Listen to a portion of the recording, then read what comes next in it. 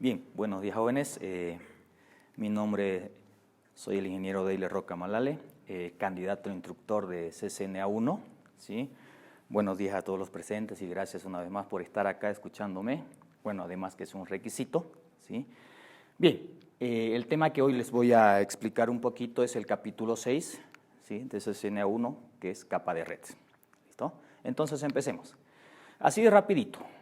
Este es el modelo OSI, consta de 7 capas, ¿sí? Ya lo vamos a ver, ¿sí? En los posteriores capítulos, pero hoy nos vamos a centrar justamente en lo que es la capa 3, la capa de red. ¿Sí?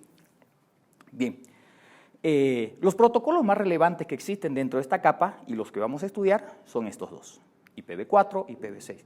Hoy estamos en la transición de lo que es IPv4 a IPv6, luego vamos a ver un poquito algunas ventajitas de lo que tiene IPv6 a comparación de IPv4. ¿Sí? ¿Por qué decimos que tenemos solamente estos dos protocolos, IPv4 y IPv6? ¿Sí? Porque son los más relevantes, pero eso no deja de decir, o no deja entremés, que solamente tenemos estos dos protocolitos acá. Además tenemos uno de los que también a diario lo conocemos, que es el ISMP. ¿Sí? Pero también tenemos otros, ¿por qué no decir los protocolos de enrutamiento dinámico? ¿Sí? En otra currícula también vamos a ver un poquito más, y para citar alguno de ellos tenemos esto, ¿sí? OSPF, uno de los más conocidos, ¿sí? Tenemos también a EIGRP, tenemos a RIPS, su versión 1, versión 2, ¿sí? Y acá está uno de los que más me gusta personalmente, que es BGP. BGP es uno de los protocolos que se encarga, ¿sí?, de enrutarnos, routing a routing, en sistemas autónomos más grandes, en WAN, etcétera, etcétera. ¿Listo? Pasemos. ¿Qué más tenemos por acá? Acá justamente tengo una captura de pantallita de lo que es la currícula, ¿sí? Y vemos las características que tiene el protocolo IP, ¿sí? Miren, tenemos el encabezado, ¿sí?, donde está, lógicamente, nuestra dirección origen, nuestra dirección destino, que es prácticamente uno de las partecitas más importantes que tiene una trama, y por qué no decirlo acá en el encabezado de nuestro protocolo IP. ¿Sí? A los lados tenemos los datos, y tenemos 3 características importantes que tiene este protocolo, ¿sí?, que es sin conexión, ¿sí?, se dice que es de servicio mínimo, y además que es independiente de los medios. Tiene sus ventajas, tiene sus desventajas, ¿sí? Es sin conexión. Al protocolo IP no le interesa que cuando él envíe un paquete, un paquete, ¿sí?, llegue o no llegue a su destino. El total envía y no le interesa si al otro lado lo reciben, si al otro lado lo leen, etcétera, etcétera. Servicio mínimo, ¿por qué? No es confiable por naturaleza, justamente, porque él no se cerciora de que un paquete llegue desde el punto A al punto B, ¿sí? Y además es independiente de los medios, ¿sí? Ahorita lo vamos a ver justamente. Acá tenemos justamente lo que acabamos de hablar, ¿sí? Imagínense, nosotros acá tenemos un poquito, vamos a ver acá, que enviamos una cartita común y corriente, como antes había, ¿no? Nuestro carterito llevaba, ¿sí?, desde el punto A al punto B una cartita, ¿sí? Imagínense que este carterito va y lo deja a su buzón de mensajes del punto B. Y a nuestro protocolo IP, ¿sí?, no le interesa si está presente el destinatario, por dónde va, si le llegó, es más, si lo lee o no le llegue, ¿sí? Al receptor ni siquiera sabe cuándo le va a llegar. ¿Por qué? Porque este protocolo IP no tiene un ACK, no tiene un acuse de recibo. Es decir, él lo envía y no le interesa nada más. Bien, yo lo envié y listo. Llegará, no llegará, no sé. No es problema de este protocolo, ¿sí? Además, aquellos protocolos que utilizan este ACK de recibo los hacen en otras capas, ¿listo? Entonces, veamos. Justamente, miren acá. Nosotros tenemos el punto A, ¿sí? Para enviar un paquete, nosotros lo dividimos, ¿sí? Se dividen, no es que nosotros lo dividamos. Lo dividen en N paquetes que van numerados y ordenados, ¿sí? Pero al otro lado, en el receptor, miren, pueden llegar el 100% de paquetes, pueden llegar en desorden, etcétera, etcétera, ¿sí? Entonces, ese no es el trabajo que hace el protocolo IP, ¿sí? Pasemos a algo más. Justamente una de las características que tenía este protocolo es, ¿sí?, que es independiente de los medios, como ustedes pueden ver acá, ¿sí? Miren, enviamos desde el punto A al punto B, host A, host B, ¿sí? Envía el paquetito y no le interesa qué medio está utilizando. Puede ser cobre, ¿sí? Puede ser un enlace serial de routing a routing, ¿sí? Acá, por ejemplo, en estos dos routers estamos utilizando fibra óptica, él sigue su tramo, no le interesa qué es lo que tenga en el camino. De este router a este router inalámbrico, miren, es una conexión, igual, es de cobre, pero ya desde el host final, el receptor, sí, está utilizando un medio, un enlace, ¿sí? Entonces, esa es una ventaja que tiene este protocolo, ¿sí?, porque es independiente del medio del cual él va a utilizar. Total, él se encarga de enviar del punto B, del punto A al punto B, mejor dicho, y hasta ahí está. Yo envié y listo. A mí no me digan nada, yo envié, no me interesa si recibo o no recibo, etcétera, etcétera, ¿sí?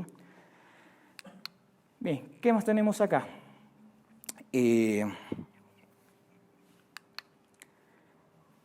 Esa es una ventaja, que es así, directo, totalmente independiente de los medios que haya dentro de él. Dentro de la currícula vamos a tocar también un poquito de lo que es IPv6, ¿sí? Entonces, hoy en día ustedes saben que ya está habiendo una especie de migración. Se dice que hasta el 2022 nosotros tenemos que tener mínimamente un 50% ya de migrado o tener una coexistencia entre lo que es IPv4 y IPv6, ¿sí? En la currícula no vamos a ver todavía CCNA1 lo que toca al 100% de lo que es IPv6, pero por lo menos vamos a tocar una introducción a lo que es, ¿sí? IPv6 tiene algunas ventajas con respecto a IPv4. Entonces, acá nosotros podemos ver que una de ellas es el mayor espacio de direcciones IP, ¿sí? Si bien IPv4 tiene una longitud de 32 bits, ¿sí?, acá la podemos ver nosotros que IPv6 tiene 128 bits. Entonces ustedes ya podrán imaginarse la gran cantidad y extensa que son las redes IPv6. Bueno, las IPs, ¿sí?, las redes que consten de IPv6, ¿sí? Además, mejor manejo de paquetes, ¿sí? IPv6 hace un uso eficiente de lo que es el envío de paquetes desde A al punto B o desde un host X a un host Y, ¿sí? Se elimina la necesidad de NATs. Con IPv6 no vamos a tener lo que son las IPs privadas y las IPs públicas. Ya no hay, ¿sí? Todas serán públicas, no van a haber, ¿sí? Entonces, estas tres son una de las tres más grandes ventajas que tiene IPv6 con respecto a IPv4. Miren, con IPv4 se dice que hay 4 millones de IPs, que habían 4.000 millones de IPv4. Habían porque ya estamos acabando, ¿sí?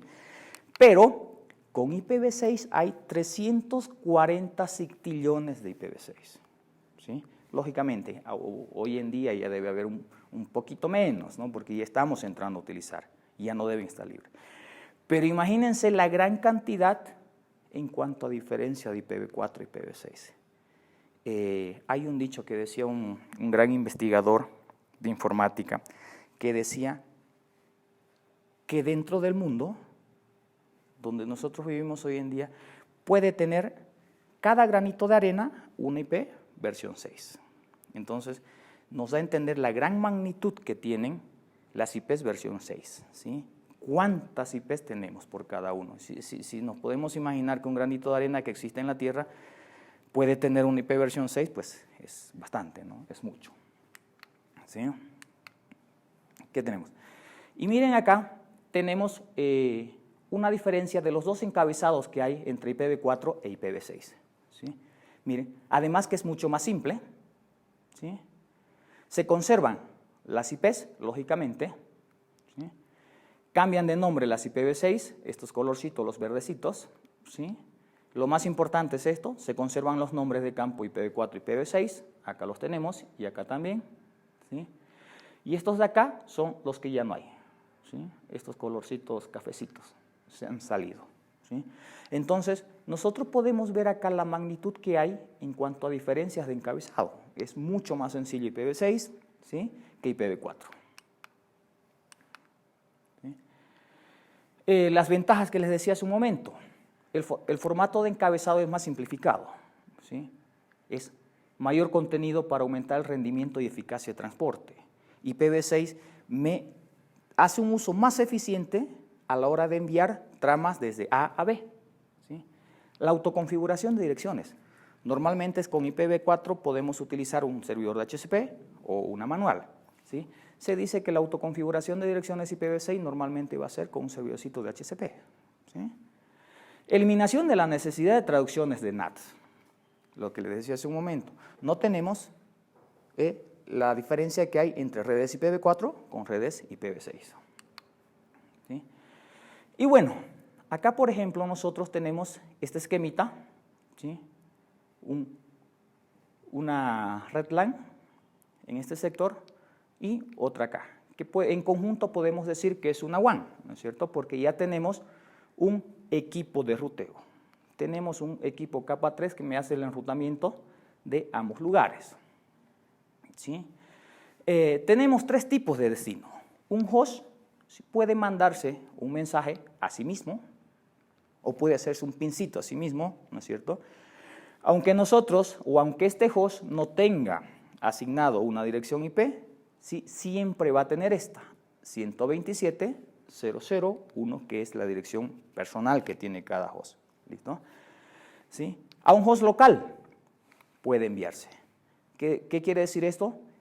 Que puede enviar un paquete desde PC1 a PC2 porque pertenecen a nuestra misma red, pertenecen a una red LAN misma, ¿cierto? ¿Sí?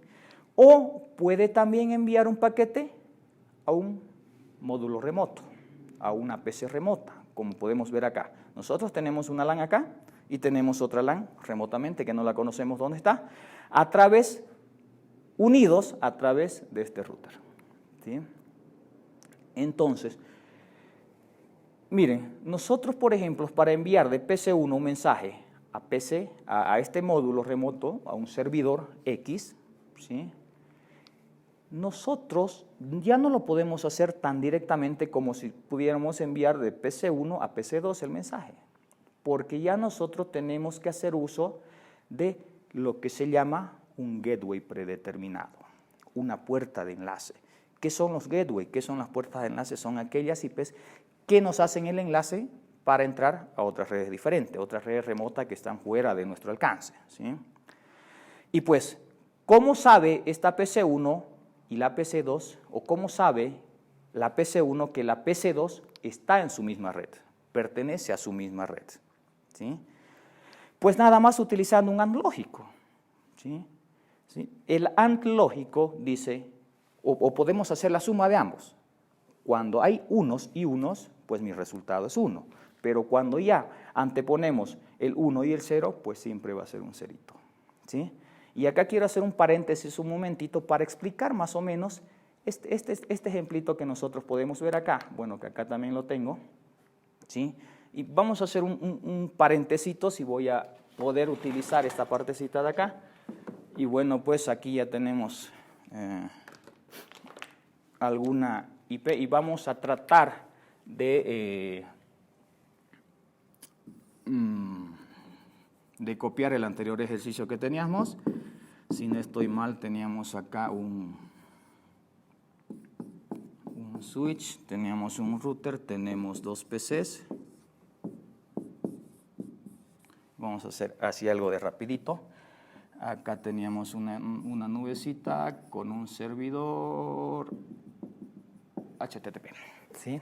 Digamos que esta PC tiene la IP 192 y justamente vamos a utilizar la que tiene acá ya, 192.168.1.2 y 192.168.1.3. Lógicamente acá tenemos una puerta de enlace que es la 1.1, ¿sí?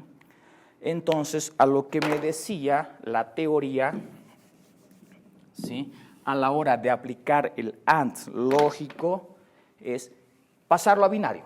Toda esta dirección IP de acá que tenemos, pasarla a binario, y justamente tenemos 192, 128.64, 168, y aquí es 1, y aquí va a ser Si no estoy mal. No me corrigen, chicos, si estamos, sí, estamos bien, ¿sí? Pero tenemos una máscara barra 24, ¿sí? Barra 24. ¿Qué es lo que me dice el AND lógico? Como les decía hace un momento, 1 más 1 es igual a 1, 1 más 0 siempre va a dar un 0 o un apagado, como se dice. Nosotros vamos a hacer esto. 255 son todos unos o todos encendidos.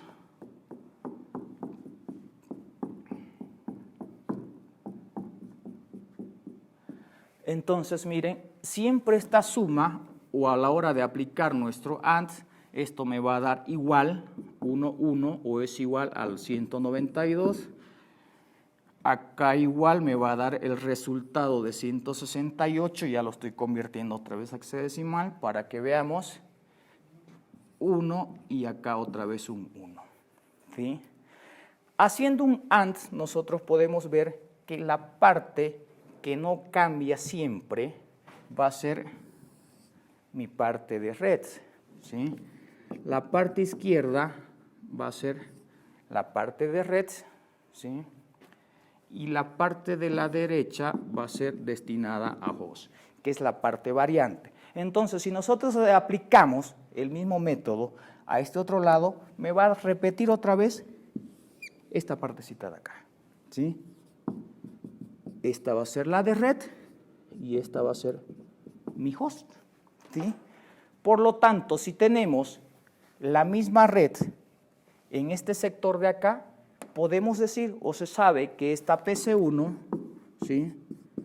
PC1 y PC2 pertenecen a la misma red que en general vendría a ser la 192, 168, 1 barra 0 con una máscara barra 24, ¿sí?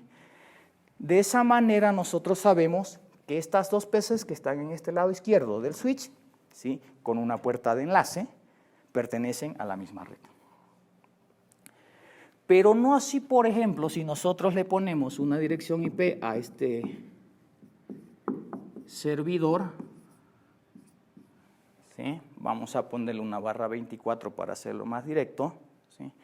Y si nosotros aplicamos nuestro AND lógico, podemos ver que mi parte de red igual va a ser la parte derecha, ¿sí? Y la parte izquierda es la de host. Y por lo tanto, haciendo otra vez, convirtiendo a nuestro AND lógico, sabemos que esta red pertenece a un sistema autónomo diferente al que nosotros teníamos en la parte izquierda, ¿sí? Entonces, es de ese modo que nosotros o que las PCs saben cuando una IP u otro host que está en otro ladito, ¿sí? Saben si es de su misma red o de un sistema autónomo remoto. ¿Listo? Más o menos era eso. Volvemos a nuestro... Hola, caramba. Perdón. Sigamos. Entonces, más o menos, esa es la explicación, ¿no es cierto? Veamos, pasemos acá. Y miren acá, otra vez, rutas conectadas. Tenemos las dos PCs que están en nuestra misma red, tienen un gateway, ¿sí? Y este router, por ejemplo, tiene dos redes más, que a través del router 2 me va a conocer estas otras dos redes que están en otro lado, que forman una subred o una red local. ¿Listo? Entonces, acá una explicación de lo que tiene el router 1, ¿sí? Pero, ¿qué sucede cuando un paquete llega al gateway? ¿Sí? Y acá ya tenemos el concepto de lo que es una puerta de enlace o un gateway, ¿sí? Un gateway siempre tiene un enrutador que es el que me hace de puerta de enlace y además me comunica con otras redes que están en diferentes lugares, ¿sí? Lo mismo acá, ¿qué es lo que tiene un gateway, por ejemplo? ¿Sí? ¿Qué es lo que tiene la tabla de enrutamiento de un gateway? Pues tiene las rutas conectadas directamente a él, ¿sí? Las rutas remotas, ¿sí? Las rutas que él no conoce están en su tabla de enrutamiento, ¿sí? Y además la ruta predeterminada, ¿sí? ¿Sí? Son esas tres cositas que tiene un gateway. Por el momento eso es todo. Gracias por la atención y no sé si ustedes mismos tienen algunas consultitas que podamos aclarar antes de terminar la charlita. Gracias. Un poquito más para poder ampliar. Has hablado de lo que es el inicio del IPv4 y el IPv6. ¿Cuáles serían las diferencias más sobresalientes de estos protocolos? Mira, una de las diferencias que más sobresalientes de hoy en día es, para mí personalmente, es la seguridad. La seguridad que tiene IPv6 contra IPv4. Además, el uso más eficiente de lo que es envíos de trama desde un punto A a un punto B. Al principio, cuando explicabas acerca de los protocolos y todo aquello, decías que al protocolo IP, por ejemplo, no le interesa si la información llega al otro dispositivo, no llega. En general, o en resumen, ¿por qué nos podrías comentar o decir que el protocolo IP no es un protocolo confiable? Justamente en la capa de red existen dos protocolos. Los más importantes son el IP y el UDP. IP es un protocolo no orientado a la conexión, ¿sí? Como les decía. Y es por eso que no es confiable. A él le interesa solamente enviar un paquete desde el punto A hasta el punto B y listo. En cambio, UDP es un protocolo orientado a la conexión. Él sí se cerciora de que este paquetito desde el punto A al punto B le llegue, ¿sí? No es su trabajo de IP. Es por eso que se dice que no es un protocolo confiable. Entonces, él envía y listo. Él dice, yo cumplí y no es nada más. Y debido a esto, tal vez justamente en cuanto al rendimiento es mucho más rápido, ¿no? El protocolo IP. Tiene sus ventajas justamente, ¿no es cierto? Como él no le interesa, ¿sí? Él puede pasar por sistemas autónomos X, ¿sí? De routing a routing, ¿sí? Pero él envía y listo, ¿sí? Es por eso que es más rápido, es más violento. Tiene sus ventajas como también tiene sus desventajas, ¿no es cierto? Porque él debería. Pero como no es su trabajo, para eso hay otros protocolos y además hay otros protocolos de otras capas que hacen justamente este trabajo. Bueno, gracias. Bueno, gracias por la ayuda. Se les agradece mucho.